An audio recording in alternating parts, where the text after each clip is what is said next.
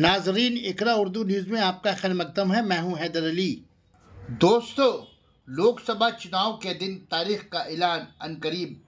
अब इंतज़ार है तो बस लोकसभा इलेक्शन के दिन तारीख का।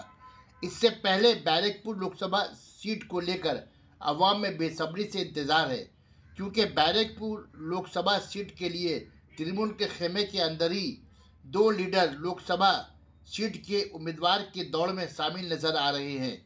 मौजूदा लोकसभा सांसद अर्जुन सिंह, जो बीजेपी से तृणमूल में आए हैं, और दूसरा ममता बनर्जी का पसंदीदा बैरकपुर विधायक राज चक्रवर्ती।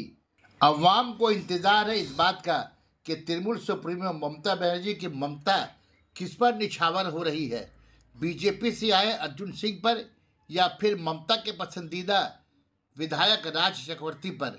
इसका खुलासा बहुत जल्द ही चुनावी दिन और तारीख के ऐलान के बाद ही हो जाएगा।